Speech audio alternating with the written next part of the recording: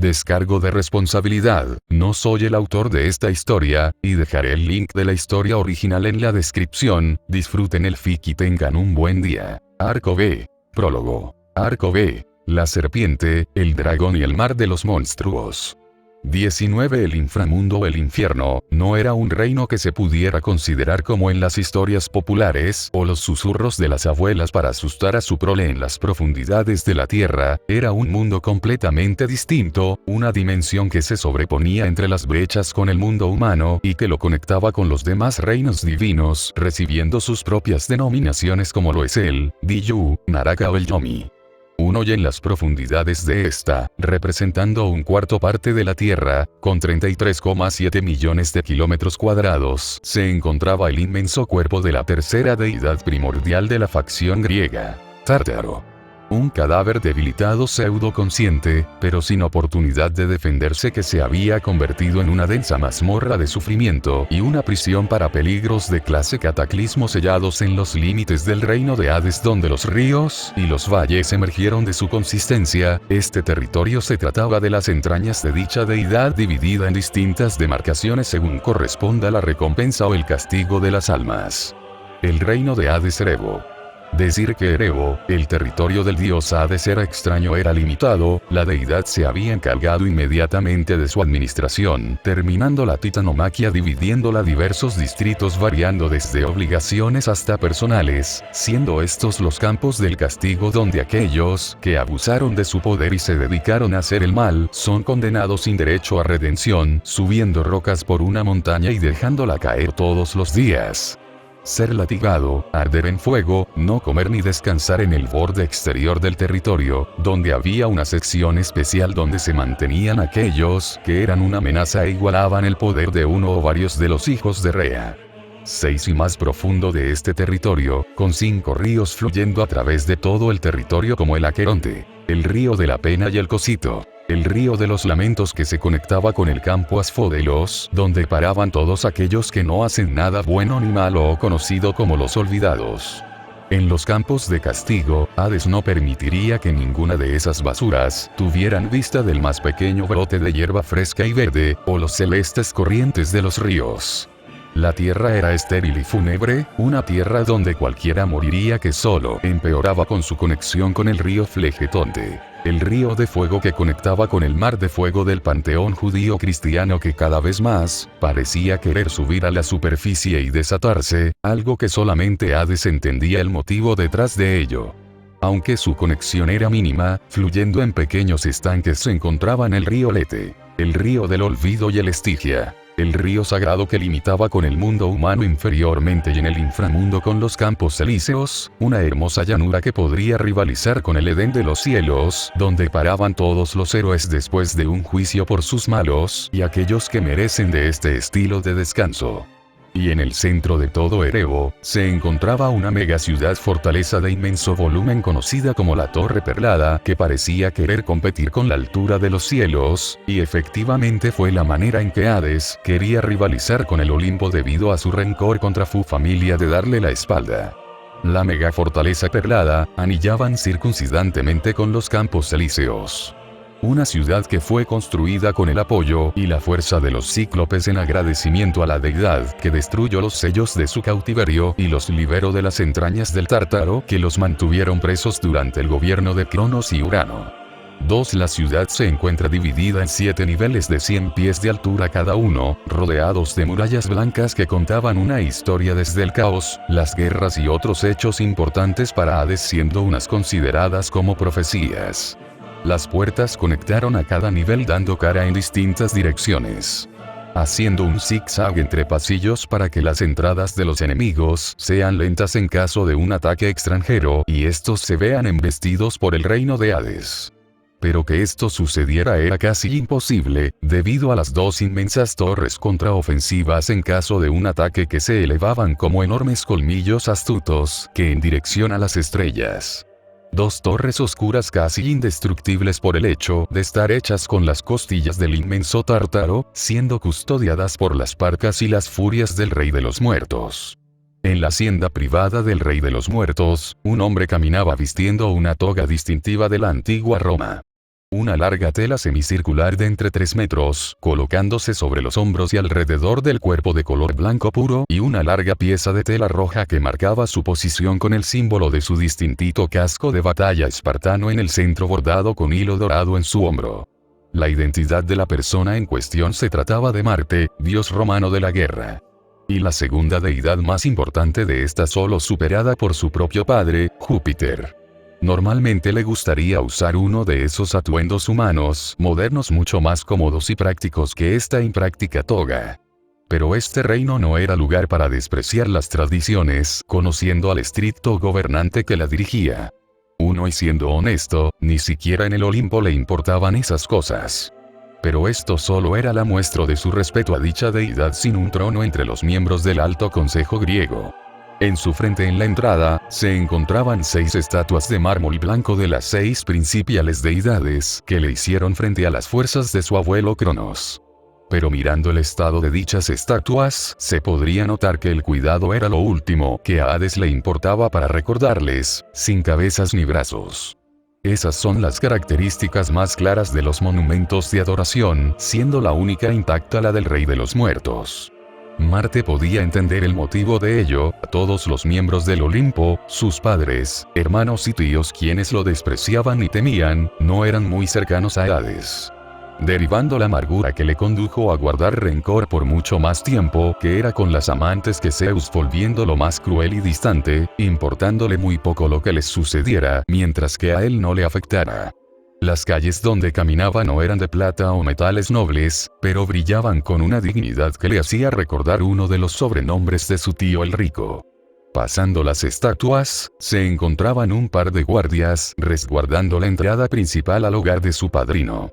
Unos se trataban de entidades espectrales más parecidas a espíritus que se manifestaban en una túnica negras fantasmagóricas mientras cargaban con espadas, arcos, lanzas y guadañas flotando por el aire, emanando el sensible sentimiento de muerte que incluso a los humanos más normales podían sentir en forma de un escalofrío por las calles, debido a que sin la mayoría de los ángeles de la muerte, el deber de resguardar las almas de los vastos creyentes cristianos recayó en Hades, quien fue mencionado en la Biblia en los últimos pasajes del Apocalipsis. A pesar de lo que muchos piensan, la muerte no puede ser considerada ni buena ni mala. Y tampoco se aprovecha de los mortales. Simplemente es una fuerza que el mismo universo manifestaba por naturaleza para poner un orden. Es fundamental que para la vida haya muerte manteniendo un equilibrio perfecto en el balance. Orreadi. Itzmegui saludo la deidad a los espectros, que carecían de emociones o conocimientos mundanos, debido a que solo obedecían al rey y a la reina del inframundo. Los espectros silenciosos como eran, abrieron las puertas sin cuestionamiento debido a que conocían de los arreglos de negocios que tenía su maestro con su estrepitoso sobrino de la batalla. Con la entrada abierta, Marte les entregó un par de hamburguesas de esas cadenas de comida rápida en el piso acompañadas por un par de sodas, mientras que dicha deidad se despedía con un símbolo de paz en sus dedos sonriéndoles. Marte caminó por los corredores siendo seguido inmediatamente por otro de estos espectros a sus espaldas en silencio. La habilidad de estos seres los volvía casi imperceptibles, siendo una omisión al caso a quienes han sobrevivido y escapado de sus garras y superexistencias de clase máxima media. Y su tío tenía millares de estos seres en sus fuerzas armadas, ciertamente aterrador. Bueno, mientras era guiado. La vista de numerosos cachorros de Cerberus corriendo por los pasillos con diminutas pelotas y huesos, siendo sus juguetes del momento, fueron motivo claro de la libertad que Hades le entregaba a sus mascotas para que se desarrollaran y tuvieran una buena infancia antes de enviarlos a cazar espíritus malignos como fieros sabuesos al Tártaro. A exquisite. El sentido desarrollado del olfato de Ares le permitió percibir el aroma de la cocina, trabajando con furor en su propio campo de batalla, ciertamente respetable. El dios de la guerra los recordaría incuestionablemente. Ciertamente tienes un talento extraño para mostrarte cuando la gran abuela está de visita. Marte, la suave, tranquila y pasiva voz de su media hermana prima, tía política. Bueno, esto es Grecia. Es normal que su árbol genealógico fuera extraño en todos los sentidos. Una arriba en el balcón del segundo piso, siendo seguida por pequeños cerberos y uno de esos héroes, que su tío convocó con su nigromancia de alto nivel, escoltándola a su espalda en silencio, con sus blancas manos tocando los bordes de la finca, se encontraba la reina del inframundo. Su largo cabello castaño verdoso se ondulaba hacia las puntas, mientras que usaba un sencillo vestido que acompañaba con un chal blanco y una diadema de flores de primavera coronándola. Perséfone. La diosa griega de la primavera, las flores y reina de los muertos, debido a su condición como esposa de Hades. 20. Toma esa Tokiomi. 10. Naina y tiene sentido, solo la abuela cocinaría algo tan delicioso. Habló Marte con jactancia, agradecido de vestirse correctamente este día, dado que estaba tentado a venir inapropiadamente en pantalones cortos frente a su media hermana solo para entregar el nuevo mapa de Hades. Mi cocina no es mala, se quejó Perséfone, golpeando el compacto músculo del brazo de su sobrino hermano, mientras levantaba su mano en su dirección. Nunca dije que lo fuera, hermanita. Ares tomó con sus callosas y experimentadas manos la delicada palma de la diosa de las flores para besarla con respeto y luego sonreírle como todo un playboy, mientras le revolvía sus cabellos haciendo que su diadema se moviera. Tenemos un trato, durante mi estadía aquí antes del invierno soy tu tía Marte, reprochó la mujer de cabellos castaños verdosos como la hierba en los campos. Su relación juguetona se podría malinterpretar como de un amorío indiscreto, pero la verdad estaba más alejada de esa línea de pensamiento. Solo que, en comparación con Atenea y Artemisa, sus distantes medias hermanas, ella era la menos extraordinaria, con un trono para cada una y un número más alto de creyentes en la cúspide de su historia con la humanidad. Dionisio prefería mirarle con malos ojos mientras bebía, pero no lo culpaba, no le gustaba estar sobrio y ciertamente era más sociable en ese estado. Pero era de las mejores conversaciones si le arrebatabas su licor divino. Apolo era cansado, Hermes, era imposible odiar a ese chismoso. Y luego estaba Ares, a pesar de que es un buscapleitos, tiene el apego familiar más grande entre todos los miembros del Olimpo, incluso superando al de Hestia. Ares es el tipo de dios que mataría. No, eso es un error. Marte moriría por su familia, una hermosa línea de pensamiento que le hizo ganarse el odio y el desprecio de muchos. Debes de saberlo, hermanita, me es imposible seguir las reglas. Marte se burló bufando con sus labios. Sí, llenaste 2 cabañas de semidioses griegos y romanos. Perséfone le respondió con una amplia sonrisa de victoria en sus palabras. Soy todo un bribón. ¿Y mi padrino? Marte no se deprimió, tenía una racha de victorias que dejaría en un rincón al mayor donador de esperma del mundo, que ciertamente le importaba poco saber su identidad.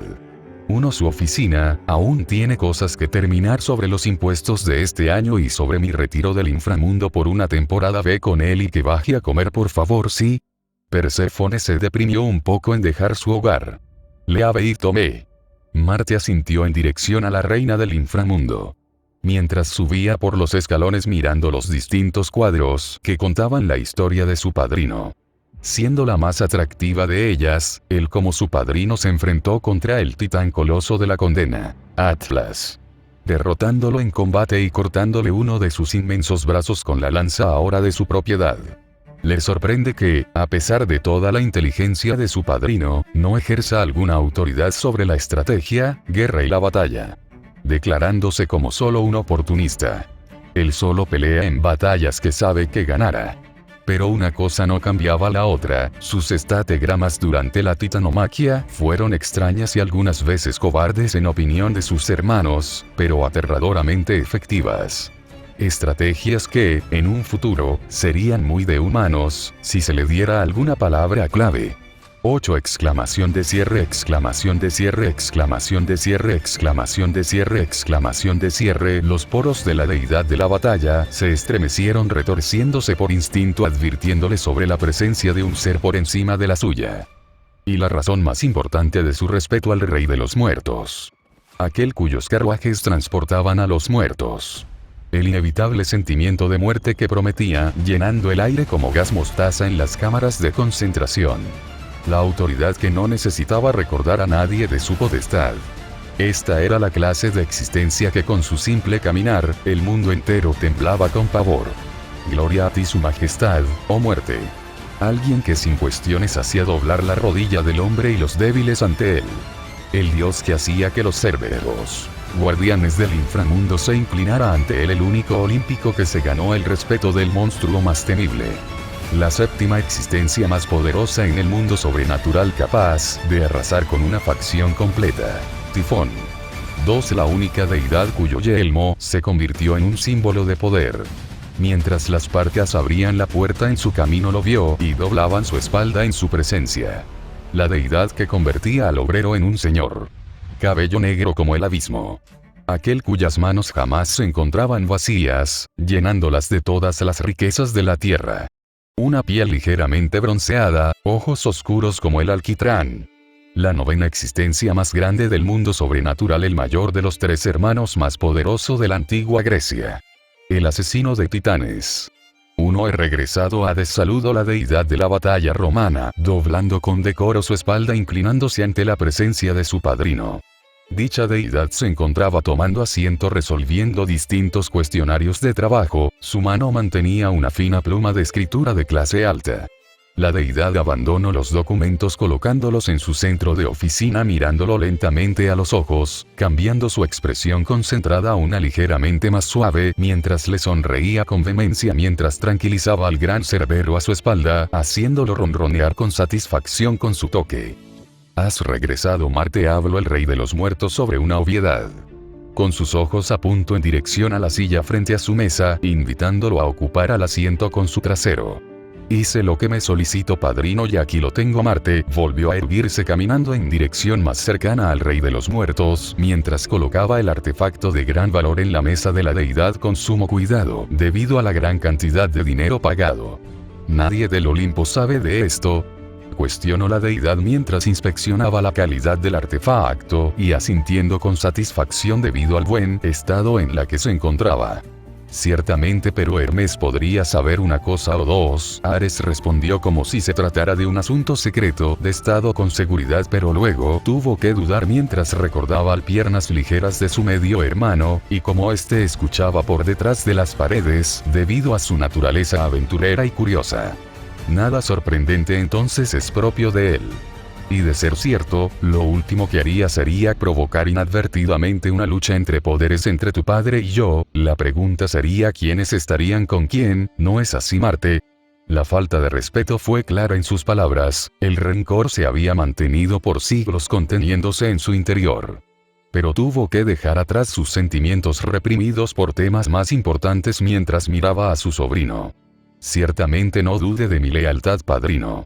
Si me permite teorizar, entonces estimo que la venerable tía Hestia se posicionaría inmediatamente como neutral. Mi madre se mantendría con padre para asegurar su trono en muestra de su confianza, pero solo sería su propia autosatisfacción de salvar su cuello en caso de hacer lo contrario, como en aquella ocasión con los hecatónquiros. Dionisio y Hermes son una fuerza a tratar de reclutar lo más posible. Si les informamos de los motivos detrás de nuestros movimientos, ellos lo entenderán. Estoy seguro que Afrodita se uniría a nosotros si le advierto de las cosas, pero mantendré mi boca cerrada como me lo pidió. Pero eso posicionaría a Hefesto inmediatamente como nuestro enemigo debido a mí. Y a Deméter debido a usted, sin ofender, padrino. Artemisa, Apolo no lo harían en definitiva, y nos antagonizarían de inmediato con tal de ganarse el favor de padre. Atenea vería cualquier posible error y consecuencia que los pondría en peligro y no aceptaría en cuanto se entere de eso como mi padre. Y en cuanto a mi padre y Poseidón, posiblemente solo Poseidón lo entienda debido a que se ha suavizado con el pasar del tiempo, lo que nos dejaría 6, 4 y 2 neutrales. Marte consideró distintas escenas posibles, y con un suspiro cansado tuvo que admitir que esto podría poner de pies a cabeza a toda la facción, provocando una nueva guerra. 2. Él no provocaba o iniciaba guerras como popularmente se cree, participaba en ellas, ya que odiaba la guerra sin motivo y el derramamiento de sangre innecesario. Pero no podía menospreciar el valor de los guerreros que tuvieron la oportunidad de medirse en batalla. Además, debemos considerar que los cíclopes y hecatónquiros apuntaran a nosotros, agregó Marte casi olvidando a esas existencias. Tenemos a Tifón anexo, el rey de los muertos, sin preocupación en sus palabras. Él ya había meditado sobre eso, y confiaba poder enfrentarse a Zeus y Poseidón a la vez en caso de que estos se volvieran caprichosos y se negaran a las negativas de este plan al enterarse que no ganaran nada, y se mantendrían como ahora, con solo sus territorios. 3. Padre guarda la espada del Olimpo. Con un apretón en sus manos, las pesimistas palabras fueron dichas por la deidad de la guerra. Decepcionante o no, estos temas se deben de mencionar durante la planeación de batalla. 7. Entonces será justo para ellos sin miedo o temor en sus palabras. La extraña sonrisa de jactancia fue clara para Marte mientras miraba al siempre tranquilo pero calculadora deidad levantar en símbolo de poder su mano mientras sostenía una copa de vino cobrizo. Esas palabras subieron la moral de Marte, animándolo a seguir adelante a pesar del desafío de todo esto. No se llene con solo vino, padrino Perséfone, hablo que bajará a comer, la abuela está cocinando. ¿Desde cuándo está aquí, si me permite saber? Informó Marte a la autoridad de los muertos y las sombras. Dicha deidad asintió a su dirección mientras entregaba el Pixis a uno de sus espectros para que lo resguardara, con sus dedos jugueteando en su barbilla como si recordara algo. Hades tronó sus dedos mientras preguntaba. ¿Le mostraste el mapa? Preguntó la deidad sobre el cumplimiento de sus órdenes. La extraña clarividencia de su padrino sobre las cosas era superior a su precognición de batalla. Él sabía que el falso Angra estaría en la madriguera, y le solicitó exactamente qué hacer, palabra por palabra, como si de un guionista o titiritero se tratara. Lo hice, está en búsqueda del Nereikiri, informó la deidad de cabellos oscuros y cicatrices en su barbilla y ojo. El mar de los monstruos, perfecto, sonrió la deidad con que las cosas salieran como esperaba mientras colocaba el vino en uno de los estantes para terminarlo en algún otro momento. Si me permite saber, ¿cuál es su interés en ese humano? Su facción apenas está creciendo y carece de valor. No comprendo por qué lo protege a distancia, cuestionó la deidad. Se le había obligado y amenazado a no hacerle daño y extrañamente a tratar de inducirle a tener más de una esposa, dado que dicha plática era realmente importante, alegando que esto podría decidir el futuro del mundo, y honestamente Marte dudaba que fuera así de importante, pero su padrino se lo había solicitado. 4. Aún no podemos vernos, pero es natural que un padre proteja a sus hijos, Marte. Eso es algo que tú has hecho en toda la historia, reveló la deidad, mientras que su iris oscuro como el alquitrán brillaba de colores resplandecientes como la amatista y púrpura en símbolo de su poder. Marte tropezó sobre sus piernas ante la revelación. El tercer hijo de uno de los principales había sido confirmado. Una noticia así alertaría a los 12 tronos del Olimpo, preocupándolos de gran manera. Aunque Thalía estaba muerta, padre actuaría sin cuestionarlo, y siendo el hijo de Hades, lo querría con sus piernas dobladas en sumisión ante él debido al gran valor y adicción que representaba. Con un territorio gobernado por él y sus aliados, la Gorgona, la Bruja y el Dragón Blanco, esto solo elevaría el potencial de batalla e importancia de los dioses griegos enormemente. 3. No era extraño que Hades se preparara para una guerra en menor escala contra el Olimpo en comparación con los enemigos dentro de la Tierra. Ambos continuaron caminando sin una palabra después de ello, al menos para Marte, que analizaba la información, dado que Hades esperaba que éste lo entendiera para preguntarle más cosas. ¿Qué piensa tu padre de mi hijo, Marte? Curioseó Hades con sus palabras mientras bajaba por las escaleras. Hasta ahora no tiene una opinión real de él. Ya sabes, es un humano y todo. Pero no puede ignorar el hecho que extrañamente 2 mujeres que deberían estar en tus campos de castigo, se encuentren caminando con libertad entre los vivos, y honestamente, Marte también quería saber sobre ello.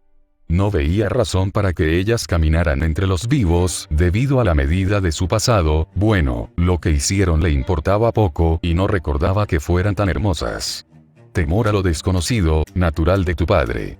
En cuanto a esas niñas, solamente consideré que habían sufrido demasiado en vida por los dioses y en muerte en mi territorio, así que decidí darles una segunda oportunidad sin nuestro yugo y no decepcionarme de las cosas que pueden hacer por ellas mismas sin rencor o odio. Después de todo, desconocen que yo estoy detrás de sus resurrecciones 3, y en el de algunos otros. No reveló Hades la última pieza de información, porque simplemente Marte no estaba autorizado o no debía saberlo aún. Sus palabras fueron muy vagas para Marte, parecían casi despreocupadas, como si apostaran a que ellas se convirtieran en algo que no son en la ciudad de Avalon héroes. 2 armas de fuego fueron colocadas en sus piernas, moviéndolas de su capucha por algún motivo.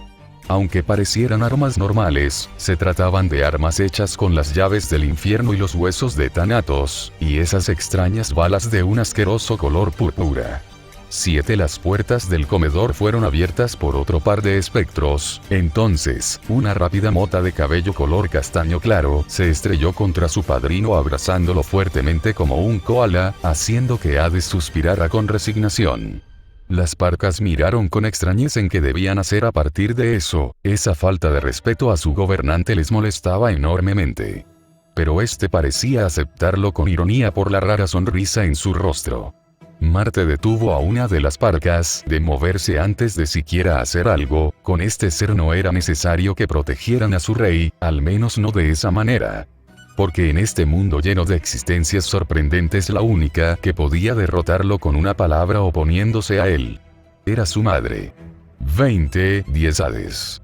La comida se enfría, siéntate, siéntate.